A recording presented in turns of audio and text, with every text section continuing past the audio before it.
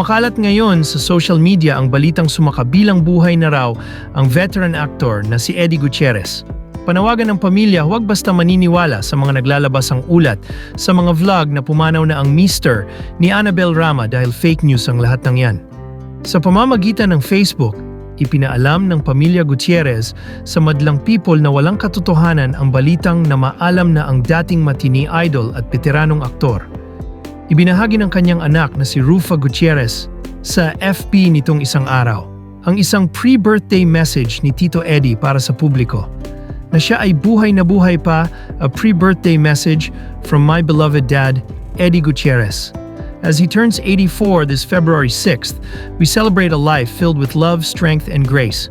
Cheers to good health, happiness, and many more beautiful moments ahead. We love you always, captions ni Rufa sa post. Kamakailan lamang ay muling sumailalim ang tatay ni Rufa sa isang surgery sa Singapore at ngayon nga ay tuloy-tuloy na ang pagbuti ng kanyang kalagayan. Ako po si Eddie Gutierrez. Meron kasing kumakalat na fake news.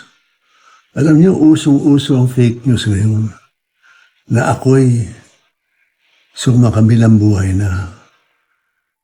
Hindi po totoo yun. Buhay na buhay po ako. I'm still alive and kicking. Hindi pa ako namamatay.